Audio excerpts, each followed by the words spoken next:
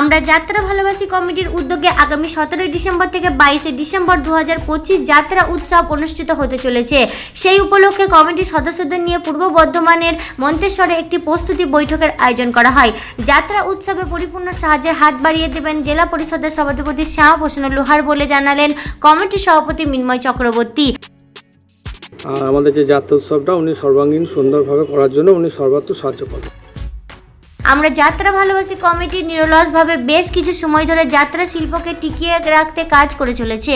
আগামী দিন পূর্ব বর্ধমান জেলায় এই প্রথম বৃহৎ যাত্রা উৎসবের আয়োজন করেছে আমরা যাত্রা ভালোবাসি কমিটির সদস্যরা। আমরা যাত্রা ভালোবাসি পরিবারের পক্ষ থেকে যে যাত্রা উৎসব করতে চলেছি তারই একটা আলোচনা সভা আমরা রেখেছিলাম পূর্ব বর্ধমান জেলার মন্তেশ্বর ব্লকের মন্তেশ্বর বাজার সংলগ্ন এরিয়ায়। আমরা সিদ্ধান্ত নিলাম আজকে যে এই পরিবারের উদ্যোগে 17 থেকে 22 ডিসেম্বর আমরা কিন্তু এখনো জায়গাটা ঠিক করতে পারিনি, যাত্রা উৎসব করতে চলেছে 5 দিনে এবং সেই যাত্রা উৎসবের মধ্যে থেকে আমরা বিশেষভাবে গ্রামীণ যে এলাকায় যাত্রা বিলুপ্তির পথে ছিল আজকে আমাদের এই পরিবার কিন্তু সেটা স্বপ্ন নিয়ে এগিয়ে চলেছে।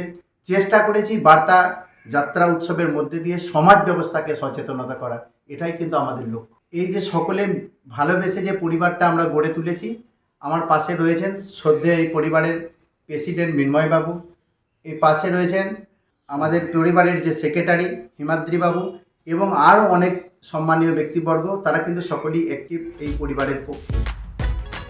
যাত্রা হলো মানুষের আবেগ, গ্রাম বাংলার ঐতিহ্য এবং গ্রামের রূপকথা তথ্যচিত্রের আকারে প্রকাশ করে যাত্রা।